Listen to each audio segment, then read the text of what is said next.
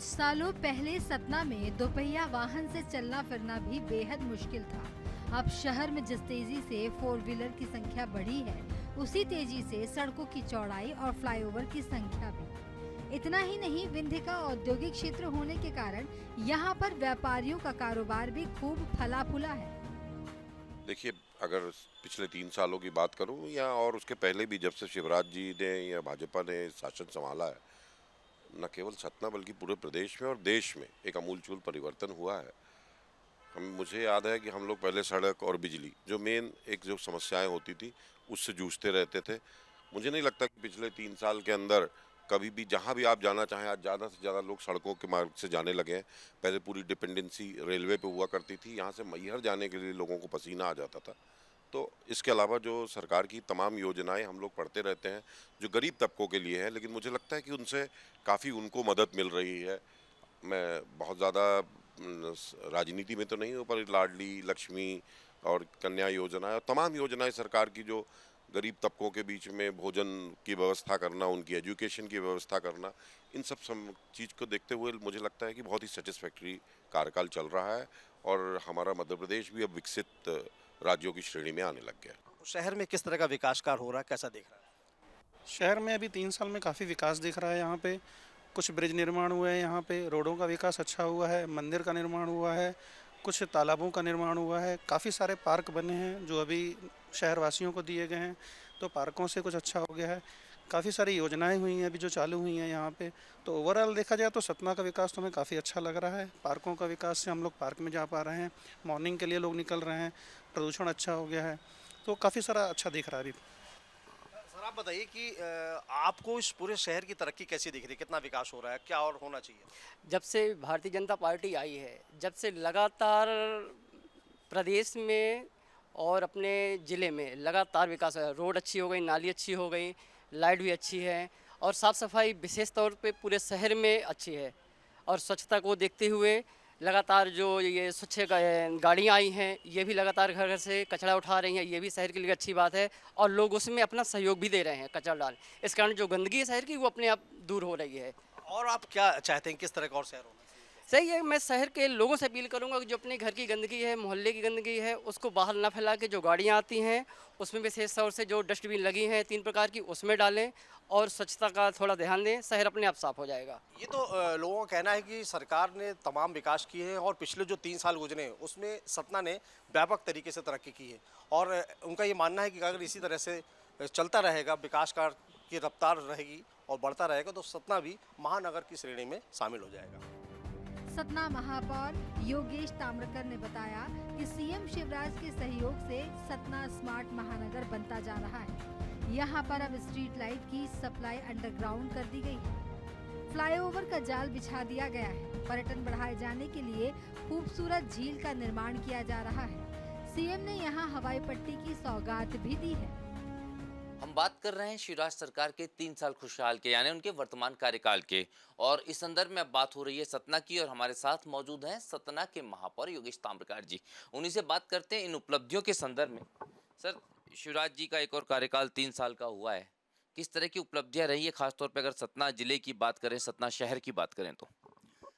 देखिए, अगर सतना ज़िले की या शहर की बात करते हैं तो मेरे पास बताने के लिए बहुत से विषय हैं।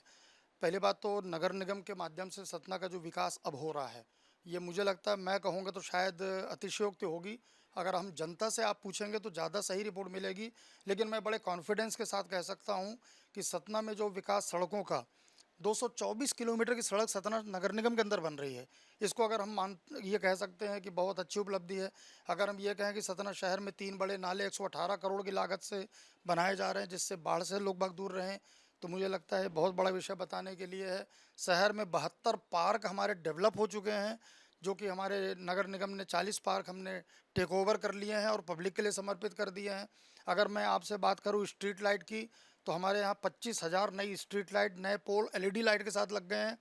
अगर मैं बात करूं कि पहली बार कह रहा हूं, शायद मध्य प्रदेश में होगा, मैं बहुत ज़ोरों से नहीं कह पा रहा हूँ, मुझे भोपाल इंदौर का आइडिया नहीं, लेकिन पहली बार अगर भोपाल इंदौर को छोड़ दिया जाए तो सतना में सर्किट हाउस से लेकर रिवर रोड, जो यहाँ की मेन रिवर रोड कहलाती है, उसमें पहली बार अंडरग्राउंड केबलिंग हो गई है।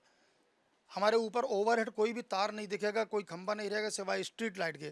फर्स्ट टाइम हुआ। अभी परसों मैंने 2 सड़कों में इस अपने लाडली लक्ष्मी पथ है उसमें कुछ ब्यूटिफिकेशन का काम किया। गरीबों के लिए हमने 107 कंप्यूटर स्मार्ट क्लासेस चालू की हैं सरकारी स्कूल में, जहाँ गरीब का बच्चा बिना फीस के जाता है। 10,000 रुपये 5,000 रुपये देकर, महीने की फ़ीस देकर जो बड़े परिवारों के लोग बच्चे पढ़ाते हैं, आज हमारा गरीब भी उसी स्टैंडर्ड से पढ़ाई कर रहा है। इतनी सारी उपलब्धियां सतना नगर की मैं आपको बता सकता हूं कि शायद मुझे लगता है अभी तक, मैं ये तो नहीं कहूँगा कि पहले काम नहीं हुए, वो बहुत गलत होगा, लोगों ने बहुत काम किए, लेकिन अब जो काम हो रहा है वो थोड़ा हट के नए तरीके से हो रहा है, ऐसा मेरा मानना है। सर अगर दूसरी तरफ देखें तो शिवराज जी बीच में आए थे, काफ़ी सारी सौगातें भी दी है। किस तरह के भविष्यगामी यानी फ्यूचर में होने वाले कौन से बड़े कार्य हैं जिनको लेके स्टेट गवर्नमेंट ने प्लान किए हुए हैं? देखिए, माननीय शिवराज जी की जितनी तारीफ़ की जाए कम है।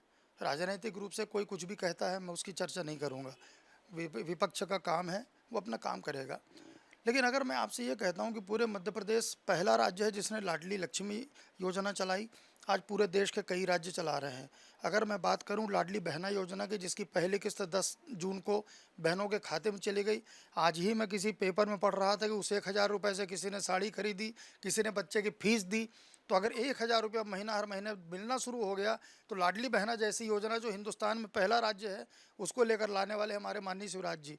अगर मैं बात करूं किसानों की, किसानों को उनका ऋण माफ़ करने का कांग्रेस ने जो धोखा दिया, बोला और दिया नहीं, लेकिन हमारे शिवराज जी ने 3,000 करोड़ रुपया ब्याज के भर के उनको ब्याज के टेंशन से मुक्त किया। अगर मैं बात करूं विद्यार्थियों की, तो विद्यार्थियों को जो 85% से ज़्यादा अंक लाते थे उनको 25,000 मिलता था, लैपटॉप मिलता था, वो सब कांग्रेस ने बंद कर दिया था।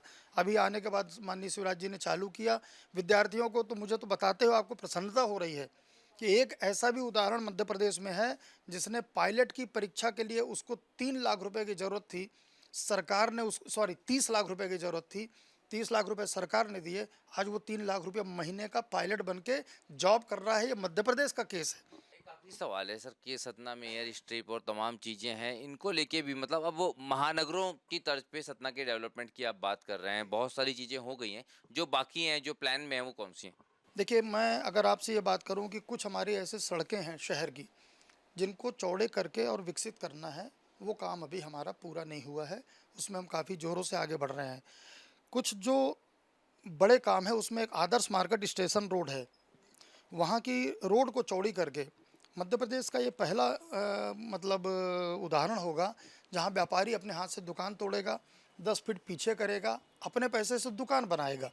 ये सतना में होने वाला है, बहुत जल्द होने वाला। अभी मैं भोपाल गया था और वहाँ से उसके नियम कायदे सब लेकर आया हूँ, तो ये सतना में होने वाला है। अगर हमारा विज़न अच्छा है, सोच अच्छी है, भेदभाव नहीं है, तो लोग, समाज के लोग सहयोग करते हैं, मैं आपको कह सकता हूँ। तो एक बड़ी फहरिस्त है इन तमाम कार्यों की, और हम जैसी बात कर रहे हैं 3 साल खुशहाल की, तो इस फहरिस्त में भी सतना किस तरह शामिल है, इसका जिक्र करते नजर आए हैं महापौर योगेश ताम्रकार। सतना के विकास विषय पर आयोजित कॉन्क्लेव में पूर्व मंत्री राजेंद्र शुक्ला और वर्तमान मंत्री बृजेंद्र प्रताप सिंह ने भी सतना की तेजी के विकास का उल्लेख किया। राजेंद्र शुक्ला ने कहा कि जल्द ही सतना और रीवा के लिए भोपाल से एयर टैक्सी सुविधा भी शुरू हो जाएगी। बृजेंद्र प्रताप सिंह ने कहा कि हम सतना को केंद्र में रखते हुए टूरिस्ट सर्किट बनाएंगे। पिछले 3 वर्षों में यदि आप देखेंगे तो कोई कसर नहीं छोड़ा भारतीय जनता पार्टी की सरकार ने इस क्षेत्र के विकास को आगे बढ़ाने में। चाहे वो 4 लेन की शानदार सड़कें रही हों, चाहे सिंचाई का पानी लाने की बात रही हो, चाहे मेडिकल के क्षेत्र में ऐतिहासिक काम जो किए गए उसकी बात रही हो, रीवा में सुपर स्पेशलिटी हॉस्पिटल, तो सतना में मेडिकल कॉलेज। और इसलिए विकास की जो यात्रा जारी थी 2018 के पहले, वो लगातार चलती रही। इस क्षेत्र का भाग्य रहा कि भारतीय जनता पार्टी की सरकार 1.25 साल के बाद फिर से आ गई, और इसलिए असर जो लग रहा था कि विकास के काम धीमे पड़ गए हैं आदरणीय कमलनाथ जी के शासनकाल के दौरान, वो फिर से उसने अपनी गति पकड़ ली। अब तो रीवा में एयरपोर्ट बन रहा है हिमांशु जी, और विंध्य क्षेत्र जहाँ पर अपार संभावनाएं, सीमेंट बनती है तो लाइम स्टोन हमारे यहाँ है, बिजली बनती है तो कोयला हमारे यहाँ है, और इतनी पोटेंशियल होने के बाद भी हवाई सेवा न होने के कारण औद्योगिक निवेश से लेके पर्यटन की क्रांति से लेके धार्मिक आस्था के यहाँ पर केंद्र होने मैहर का शारदा धाम और चित्रकूट रिलीजियस टूरिज्म के भी अपार संभावना है, लेकिन एयरपोर्ट न होने के कारण जो पोटेंशियल था उसका भरपूर उपयोग नहीं हो पा रहा था। तो इस दिशा में पिछले 3 वर्षों में जो प्रयास हुए वो धरती पर उतर गए, और इसलिए न पहले कोई कसर रही विंध्य क्षेत्र के विकास में और न इन 3 वर्षों में भी कोई कसर भारतीय जनता पार्टी की सरकार ने छोड़ा है। और यही है विकास के उड़ान को गति देने वाले कार्य। सिंचाई की नहरों का जाल, शानदार 4 लेन की सड़कों का जाल, रेलवे कनेक्टिविटी जो लंबे समय से अटकी हुई थी, सतना से सिंगरौली रेलवे लाइन में युद्ध स्तर पे काम चल रहा है। यही तो कमी थी जिसके कारण हम लोगों के अंदर एक टीस थी कि विंध्य क्षेत्र का इतना बड़ा योगदान है मध्य प्रदेश के विकास में, लेकिन मध्य प्रदेश से विंध्य क्षेत्र के साथ हमेशा से सौतेला व्यवहार होता रहा। यहाँ पर चलने के लिए 4 लेन की सड़कें तो छोड़िए, 2 लेन की सड़कें नहीं थी, लेकिन आज विंध्य क्षेत्र में बाहें फैलाई हुई शानदार सड़कों के साथ साथ सिंचाई के नहर। आप देखिएगा जिस सतना में बरगी का पानी आ जाएगा जिसपे दिन रात काम चल रहा है, पानी आ जाना चाहिए था, लेकिन उस टनल के स्ट्रेटा की कुछ ऐसी परेशानी रही है कि जो काम 3 सालों में हो जाना चाहिए था उसको 10 वर्ष पूरे होने वाले हैं, लेकिन वो पानी आएगा। और जिस तरह से सोन नदी के पानी ने रीवा जिले में हरित क्रांति ला दी है, वहाँ की गरीबी को मिटाने में बहुत बड़ी भूमिका निभाई है, उसी प्रकार से बरगी का पानी, नर्मदा का पानी, बरगी प्रोजेक्ट वाला वो जब सतना जिले में आ जाएगा तो आप ये देखिएगा कि सतना और रीवा कंधे से कंधा मिला के बहुत तेज गति से आगे बढ़ेंगे और भोपाल और इंदौर को भी पीछे कर देंगे। यदि कर दिया तो किसी को आश्चर्य नहीं होना चाहिए। आपने विंध्य की बात से शुरुआत की है जी।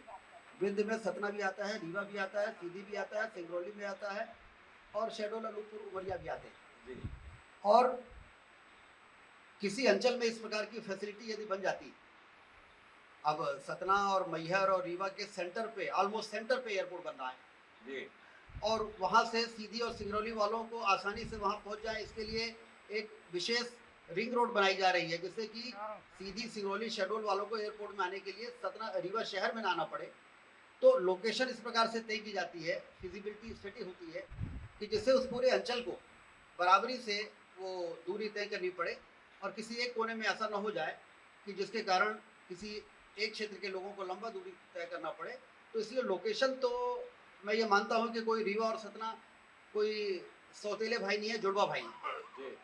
और रीवा बढ़ेगा और सतना नहीं बढ़ेगा तो विंध्य नहीं बढ़ सकता, और सतना बढ़ेगा रीवा नहीं बढ़ेगा तो विंध्य नहीं बढ़ सकता। तो आपने विंध्य की बात की है, मैं विंध्य का जवाब दे रहा हूँ आपको कि विंध्य क्षेत्र जिस तेजी के साथ आगे बढ़ रहा है, मैं साफ देख पा रहा हूँ 4-5 सालों के बाद।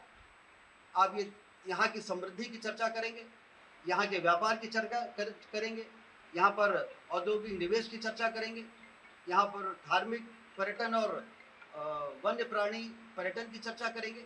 ऐसा दौर आने वाले दिनों में दिख रहा है। फिर इस प्रकार की बातें करने का हम लोगों को सुन के कष्ट नहीं होगा कि भोपाल और इंदौर और भोपाल और जबलपुर तो बहुत तेजी से आगे बढ़ गया लेकिन विंध्य पीछे रह गया।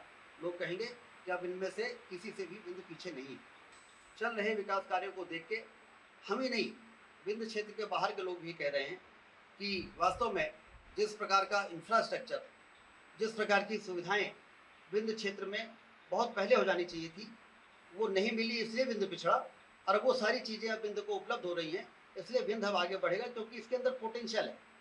यहाँ फॉरेस्ट है, यहाँ माइनिंग है, यहाँ पर इंफ्रास्ट्रक्चर नहीं था जो बन रहा है। तो इसलिए जिस विकास की कल्पना हम करते हैं कि हमारे यहाँ विकास होगा तो रोजगार के अवसर पैदा होंगे, तो बेरोजगारी दूर होगी, सिंचाई की नहरों से हमारे किसानों की आर्थिक स्थिति बेहतर होगी, तो व्यापार बढ़ेगा, व्यापार बढ़ेगा तो रोजगार के अवसर बढ़ेंगे।